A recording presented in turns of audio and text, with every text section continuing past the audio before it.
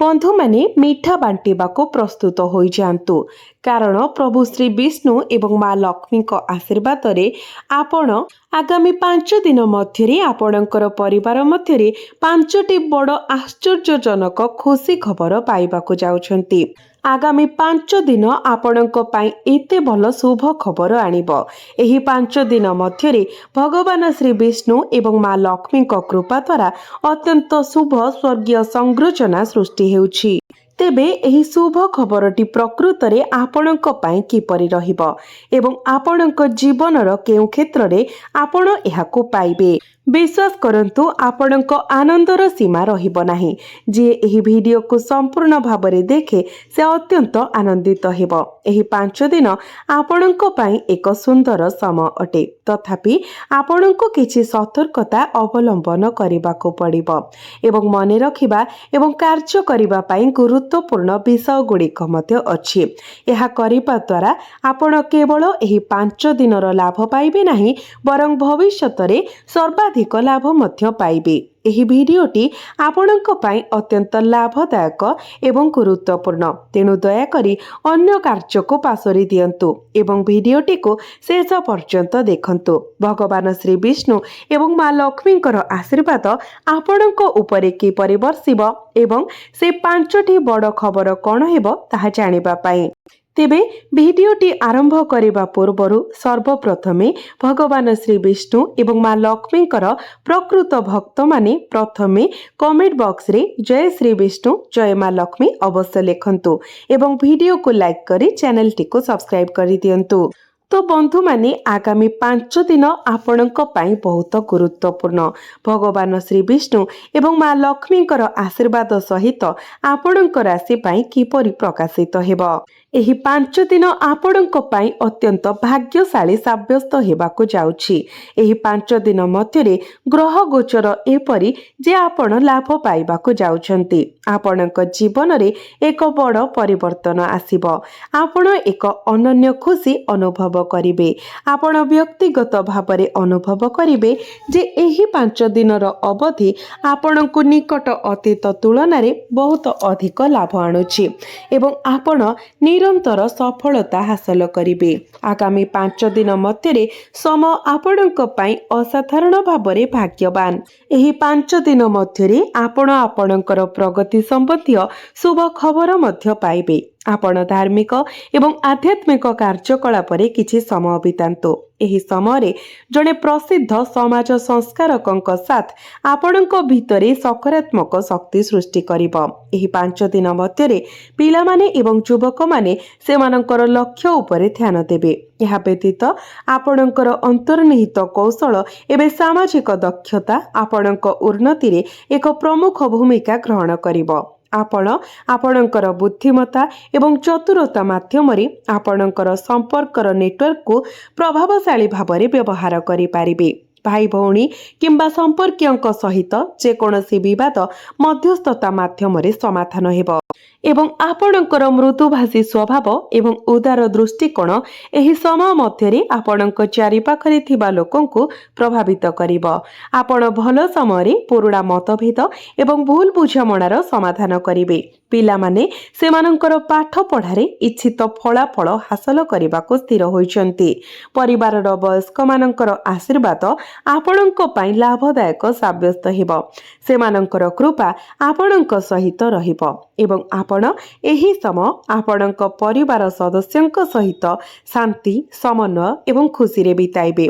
घरे एक शांतिपूर्ण एवं खुशीर परिवेश रहिबो। एही 5 दिन मध्यरे आपण घरर रक्षणाबेक्षण एवं साजसज्जा पाई परिवार सदस्यंक सहित किछि किणाकिणी करिबारे समय बिताइबे।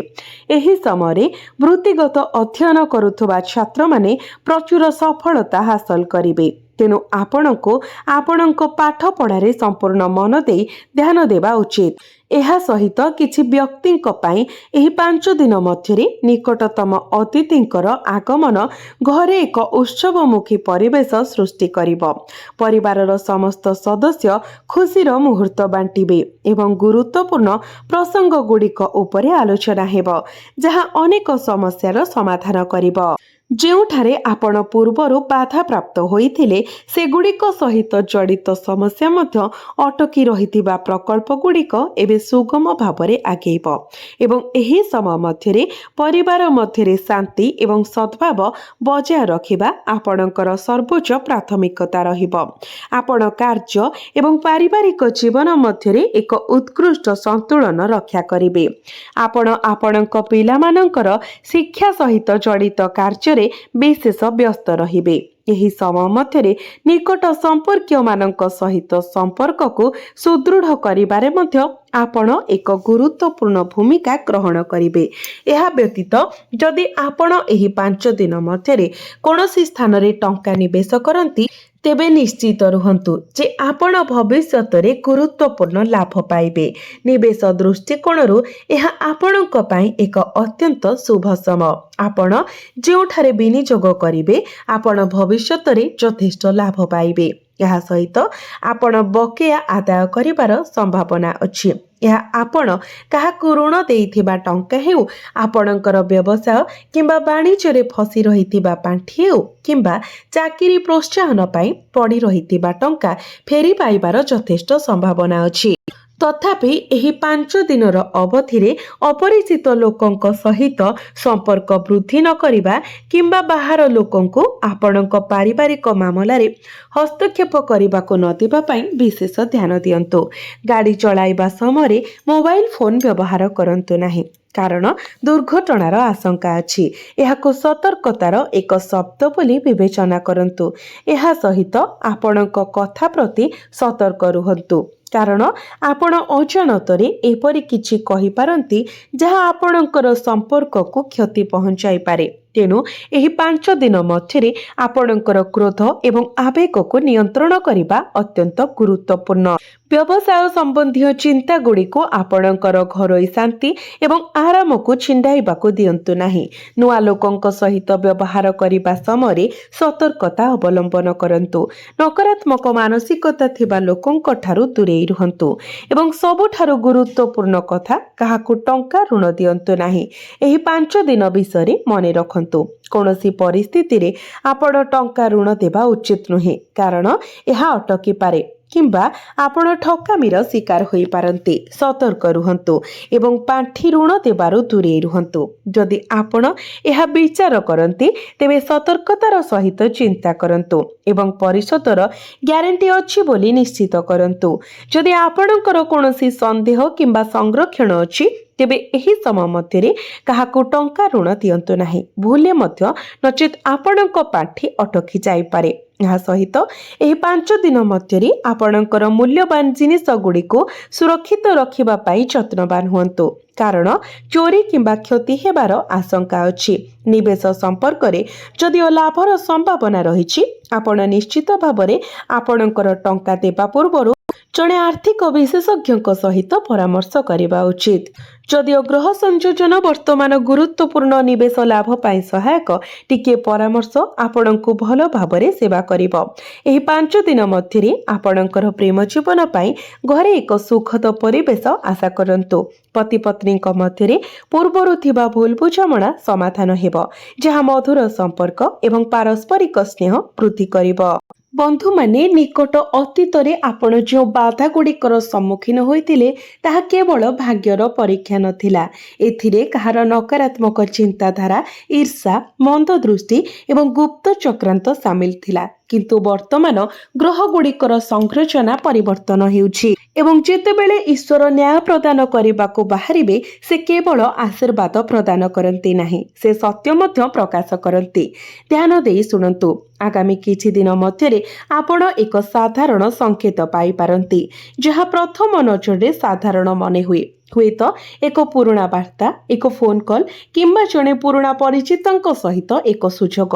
ତଥାପି ସେହି ଘଟଣା ଏକ ବିରାଟ ଗୁପ୍ତ କଥା ଖୋଲିପାରେ ଏବଂ ଏହିଠାରେ ଅଧିକାଂଶ ଲୋକ ଭୁଲ କରନ୍ତି। ସେମାନେ ସଂକେତକୁ ଚିହ୍ନି ପାରିନଥାନ୍ତି। ତ ଆପଣଙ୍କର ଘର ଭିତରେ ଶକ୍ତି ମଧ୍ୟ ବଦଳି ଯାଉଛି। ଯଦି ବର୍ତ୍ତମାନ ଆପଣଙ୍କ ଘରେ ବିନା କାରଣରେ ଉତ୍ତେଜନା ବୃଦ୍ଧି ପାଉଛି କିମ୍ବା ସାମାନ୍ୟ କଥାକୁ ନେଇକି ବିବାଦ ହେଉଛି କିମ୍ବା ପରିବାରର କୌଣସି ସଦସ୍ୟ ବାରମ୍ବାର ଅସୁସ୍ଥ ହେଉଛନ୍ତି, ତେବେ ସେହି ପରିସ୍ଥିତି ଏବେ ଧୀରେ ଧୀରେ ପରିବର୍ତ୍ତନ ହେବାକୁ ଯାଉଛି।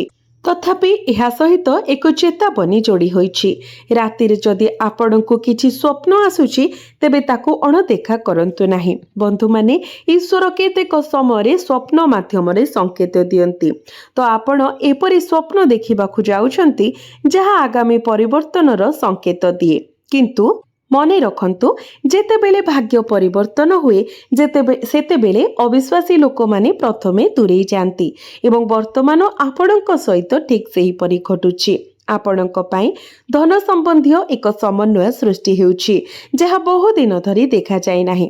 ଅଟକି ରହିଥିବା ଟଙ୍କା ହେଉ, ଭୁଲି ଯାଇଥିବା ସୁଯୋଗ ହେଉ, ପୁରୁଣା କାରବାର ହେଉ କିମ୍ବା ଅପ୍ରତ୍ୟାଶିତ ଲାଭ ହେଉ, ଏହି ରାସ୍ତାଗୁଡ଼ିକ ମଧ୍ୟରୁ ଗୋଟିଏ ଆପଣଙ୍କ ପାଇଁ ଖୋଲିପାରେ।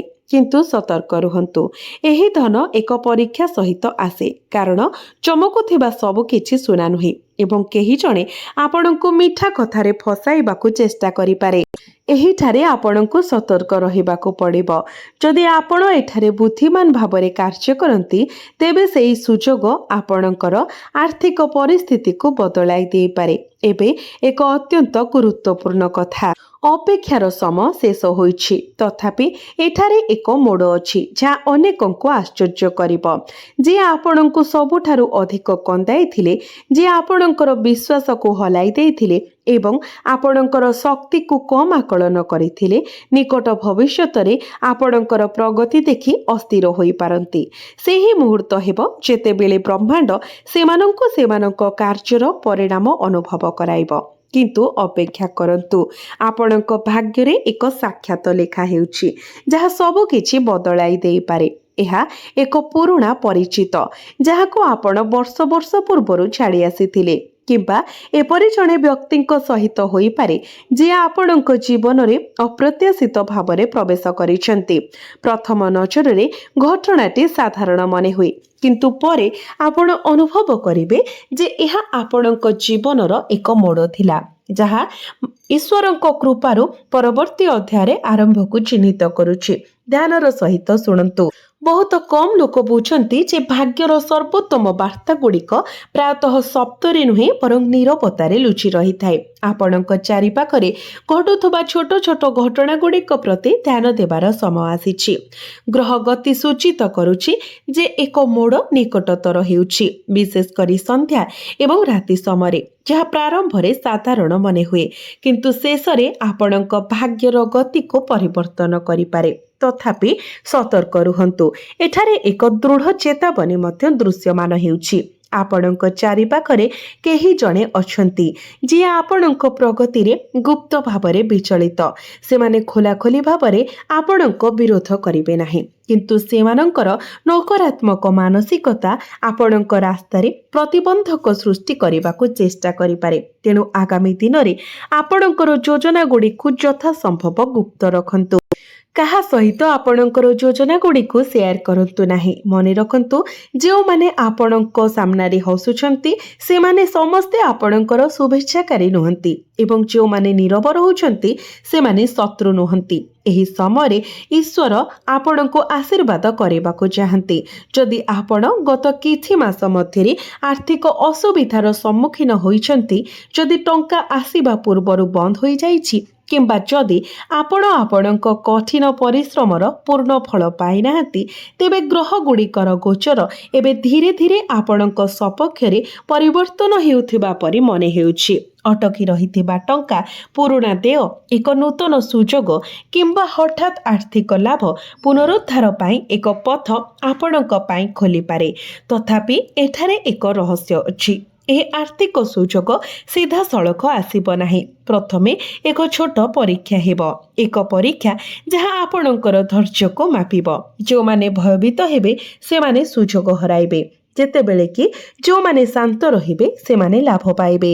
ଆଉ ଏବେ ଆରମ୍ଭରୁ ଯେଉଁ ବିନ୍ଦୁ ବିଷୟରେ ସୂଚନା ଦିଆଯାଇଥିଲା, ଲୋକମାନେ ପ୍ରାୟତଃ ଭାବନ୍ତି ଯେ ଯେଉଁମାନେ ସେମାନଙ୍କ ପ୍ରତି ଅନ୍ୟାୟ କରିଛନ୍ତି ସେମାନେ ଏହା ସହ ଖସି ଯାଇଛନ୍ତି। କିନ୍ତୁ ସମ କେବେ ହିସାବ ଦେବାକୁ ଭୁଲେ ନାହିଁ। ନ୍ୟାୟ ପାଇଁ ସମୟ ଆସିଲେ ପରିସ୍ଥିତି ନିଜେ ପରିବର୍ତ୍ତନ ହେବା ଆରମ୍ଭ କରେ।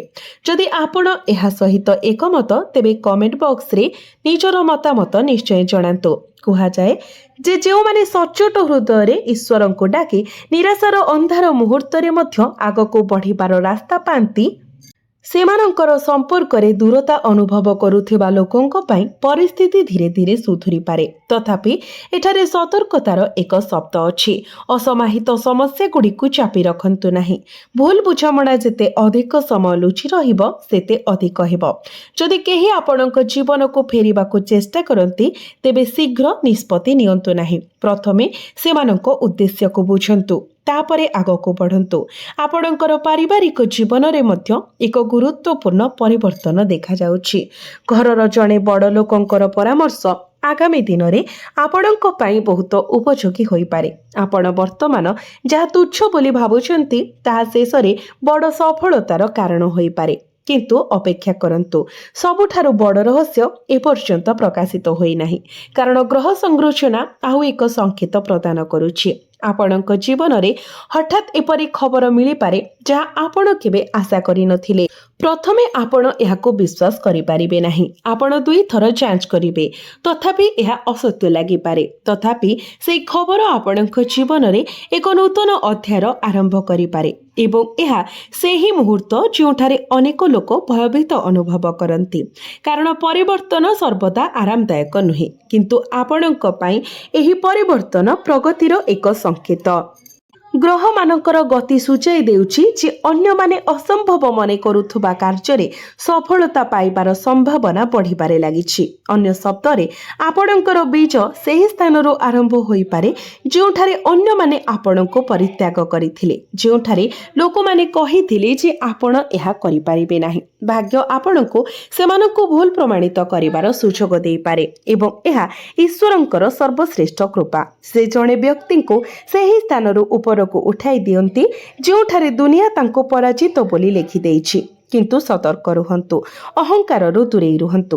କାରଣ ସଫଳତା ଆସିବା ପରେ ସବୁଠାରୁ ବଡ଼ ପରୀକ୍ଷା ଆରମ୍ଭ ହୁଏ ଏବଂ ବର୍ତ୍ତମାନ ଶେଷ ଗୁପ୍ତ ଯାହା ପାଇଁ ଆପଣ ସମ୍ଭବତଃ ଆରମ୍ଭରୁ ସ୍ଥିର ରହିଛନ୍ତି।